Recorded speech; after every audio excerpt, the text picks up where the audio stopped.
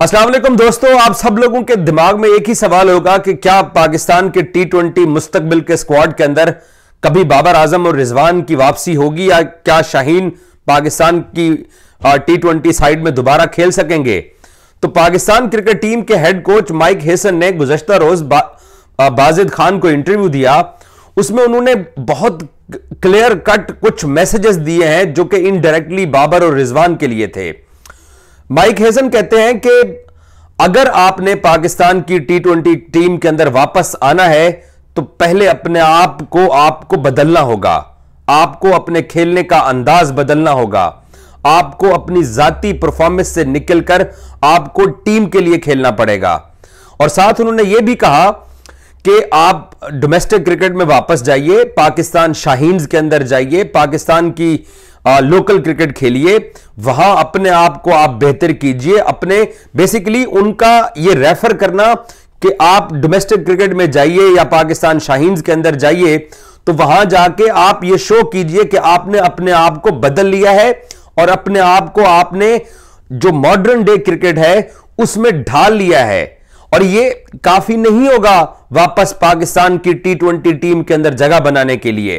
उन्होंने एक और राह भी दिखाई है कि जो लोग टीम के अंदर मौजूद हैं इनसे आपने अपने आप को बेहतर भी साबित करना है। दो काम करने हैं, पहले अपना मिजाज बदलना है, अपना अंदाज बदलना है और आपको टीम के लिए खेलना है। उसके लिए आप वापस जाइए और अपने आप को तब्दील कीजिए।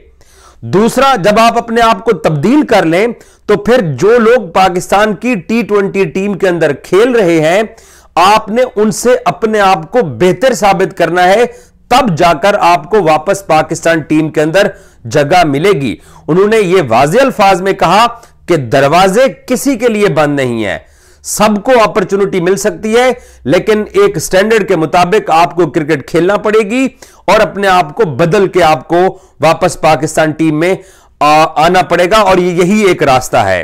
तो क्या बाबर आजम जो है वो पाकिस्तान की टी20 साइड के अंदर कम बैक करने की सलाहियत रखते हैं या नहीं रखते, यह सबसे बड़ा सवाल है। बाबर के ऊपर जो आज मुश्किल वक्त है वो बाबर के 2016 से जब उसने वेस्ट इंडीज के खिलाफ दुबई के अंदर एक वीक के अंदर 300 स्कोर किए थे और अपनी एक पहचान बनाई थी, तो 9 साल 10 साल के इंटरनेशनल कैरियर में बाबर आजम के ऊपर यह वाला मुश्किल वक्त कभी भी नहीं आया। बाबर कभी भी अपनी परफॉर्मेंस की बुनियाद के ऊपर ड्रॉप नहीं हुआ। अब जब पिछले 1-1.5 साल से पहले बाबर को पाकिस्तान की सिलेक्शन कमेटी ने टेस्ट क्रिकेट से ड्रॉप किया, फिर उनको आगे जाके पाकिस्तान ने अपनी टी20 टीम से भी ड्रॉप कर दिया। रिजवान टेस्ट और वनडे फॉर्मेट तो खेलते चले आ रहे हैं बट उनको भी टी20 साइड से ड्रॉप कर दिया गया है। शाहीन को पहले टेस्ट से ड्रॉप किया गया, फिर शाहीन को न्यूजीलैंड के वनडे से ड्रॉप किया गया और अब बांग्लादेश के खिलाफ जो पाकिस्तान ने होम सीरीज के लिए 3-0 से जीती है सलमान अली आगा की कप्तानी में, इसमें शाहीन शाह अफरीदी को पाकिस्तान ने अपनी टी20 टीम से भी ड्रॉप किया। तो शाहीन तीनों फॉर्मेट से ड्रॉप हो चुके हैं। क्या शाहीन कम बैक करेंगे? क्या बाबर आजम कम बैक करेंगे? क्या रिजवान कम बैक करेंगे? यह एक बहुत बड़ा सवाल है। और एक और चीज भी मैं आपको बताऊं, मुझे पता नहीं क्यों ऐसे लग रहा है कि फखर जमान भी कहीं ना कहीं पाकिस्तान का जो मौजूदा कोचिंग स्टाफ है, शायद वो साहबजादा फरहान को, मोहम्मद हारिस को और साइम अयूब को फ्यूचर टी20 टीम के अंदर देखना चाह रहा है और रखना चाह रहा है। पता नहीं, मेरी ये छठी हिस्स कह रही है कि फखर जमान भी माइक हेसन के फेवरेट नहीं रहे हैं। फखर जमान भी शायद हम देखें कि वो भी पाकिस्तान की फ्यूचर की टी20 साइड के अंदर आपको ज्यादा देर तक, मैं ये रूल आउट नहीं कर रहा कि एकदम से फखर को निकाल दिया जाएगा, लेकिन इर्द गिर्द के जो हालात दिखाई दे रहे हैं, जो चीजें हमारे तक पहुंच रही हैं, उसमें शायद फखर जमान के लिए भी घेरा तंग हो रहा है और जगह उनके लिए भी तंग पड़ रही है। तो नसीम शाह की भी यही सूरत हाल है कि आप ये देखिए कि जब पाकिस्तान ने बांग्लादेश के खिलाफ सीरीज जीत दी तो पहले मैच में फौजी को चांस मिला है, अगले दोनों मैचेस के अंदर फौजी बेंच पे बैठा है और नसीम शाह तीनों मैचेस के अंदर बेंच पे बैठा हुआ है। तो इन हालात के अंदर पाकिस्तान का क्रिकेट टीम का जो मौजूदा सेटअप है वो बिल्कुल उस फ्यूचर को देख रहा है जो फ्यूचर बाकी दुनिया अडॉप्ट कर चुकी है। 200 के ऊपर 200 रन चेज हो रहे हैं, और अगर आपकी बॉलिंग साइड है तो वो 200 रन अगर उसको पड़ जाते हैं, तो क्या वो उन 2 या 3 ओवर्स के अंदर जहां कमबैक करना है, क्या वो कमबैक करने की सलाहियत रखते हैं? हमने पिछले 3-4 साल के अंदर देखा है, नहीं।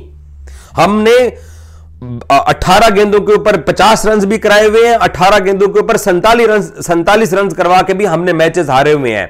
तो पाकिस्तान क्रिकेट टीम का जो मौजूदा सेटअप है वो ऐसे लग रहा है कि वो फ्यूचर को देख रहा है, वो नए प्लेयर्स को देख रहा है, बड़े नामों के पीछे नहीं जा रहा है, और बड़े नामों को यह वाज़ेह तौर पर पैगाम दिया गया है कि अपने आप को बदलिए, अंदाज बदलिए, माइंड बदलिए, अप्रोच बदलिए, उसके बाद पाकिस्तान के डोमेस्टिक सिस्टम का हिस्सा बनिए, और जो लोग पाकिस्तानी टीम में खेल रहे हैं उनसे अपने आप को बेहतर प्रूव कीजिए और फिर आगे खेल लीजिए। तो अब दोस्तों फ्रैंकली स्पीकिंग सवाल यह है कि बाबर के ऊपर यह वाला मुश्किल वक्त तो कभी आया ही नहीं है, तो क्या बाबर आजम सिस्टम को चैलेंज करके, लड़के, परफॉर्म करके, प्रूव करके, सामने आके क्या पाकिस्तान की T20 टीम के अंदर जगह वापस हासिल करने में कामयाब हो जाएंगे?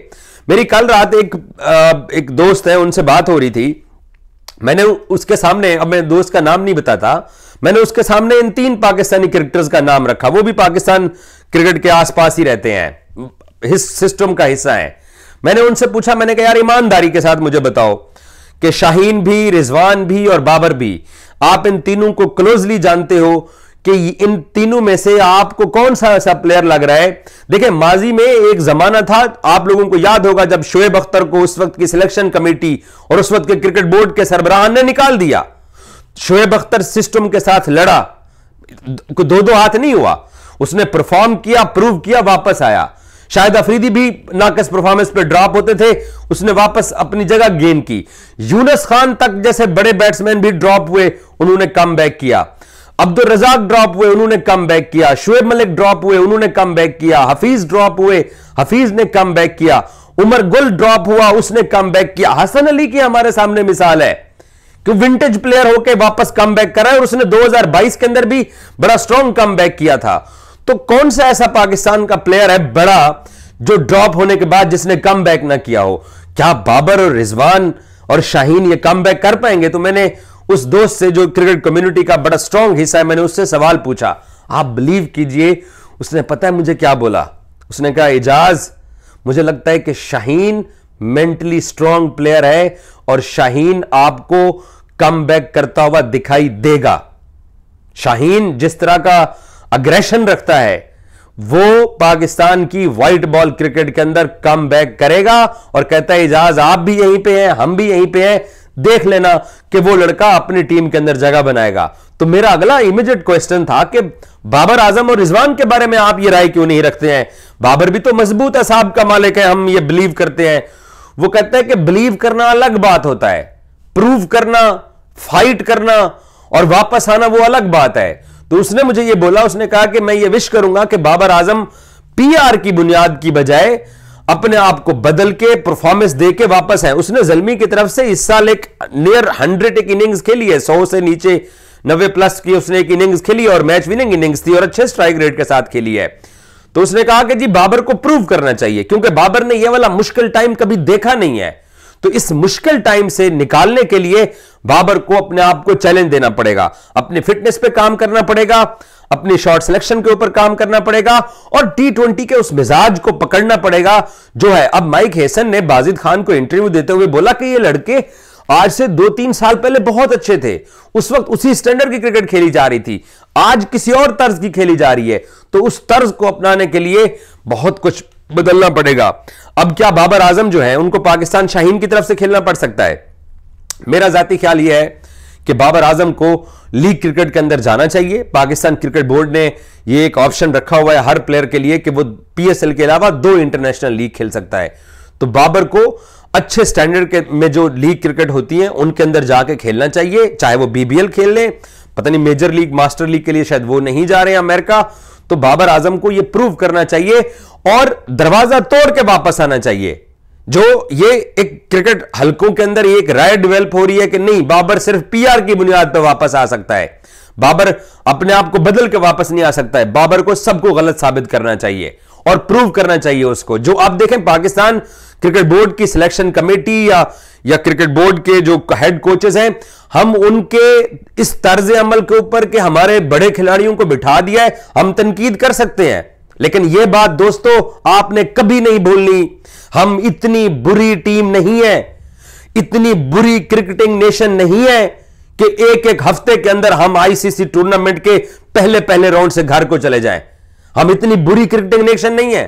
यह खेल कमरे में खेला जाता है, लॉबी में खेला जाता है, लॉन में खेला जाता है, बालकनी में खेला जाता है, घर की छत पे, गली में, सड़क पे, स्कूल में, हर जगह यह खेल खेला जाता है। हम इतनी बुरी क्रिकेटिंग नेशन नहीं है कि हम ये डिजर्व करते हो पाकिस्तानी कि हर आईसीसी टूर्नामेंट के पहले राउंड से जनाब हमें धक्के मारकर निकाल दिया जाए। हम अच्छे रिजल्ट डिजर्व करते हैं पाकिस्तानी। तो पाकिस्तान क्रिकेट बोर्ड को आखिर वो फैंस के वो जज्बात नजर आए हैं, इसी बुनियाद के ऊपर इन प्लेयर्स को अपने आप को बदलने का कहा गया है। तो ये चैलेंज एक्सेप्ट करें और सिस्टम के सामने खड़े हो जाएं, प्रूव करें अपने आप को। मैंने आपको कितने पाकिस्तान के लेजेंडरी प्लेयर्स की मिसालें दी हैं जिन्होंने कमबैक किया, स्ट्रांगली कमबैक किया, और हम ये तवक्को करेंगे कि ये भी स्ट्रांगली कमबैक करें। अगर ये उस स्टैंडर्ड को मीट नहीं कर सकते हैं तो फिर हमें ये सपोर्ट करनी चाहिए कि जिस डायरेक्शन के अंदर Pakistan team, Pakistan board, Pakistan selection committee और पाकिस्तान टीम मैनेजमेंट चल रही है, हमें उनके साथ खड़ा होना चाहिए। क्योंकि एंड ऑफ द डे मैं ये चाहूंगा कि हम आईसीसी टूर्नामेंट के पहले राउंड से रुस्वा होकर बाहर ना निकलें, हम अच्छी क्रिकेट खेलें और हम फाइटिंग क्रिकेट खेलें, ताकि हमारा जो एक जो क्रिकेटिंग नेशन, जो एक हमारा एक प्राउड है, वो वापस आए, जो कि अब हमारे पास नहीं है। उसको वापस गेन करने के लिए ही ये तब्दीलियां की गई हैं। टफ तब्दीलियां जरूर हैं, फैन फॉलोइंग को नुकसान जरूर पहुंचा है, लेकिन बड़े लोग, बड़े प्लेयर्स वही होते हैं जो इन मुश्किल हालात के अंदर फाइट करके वापस आते हैं, और हम तवक्को करेंगे कि ये तीनों फाइट करके वापस आए। Thank you so much.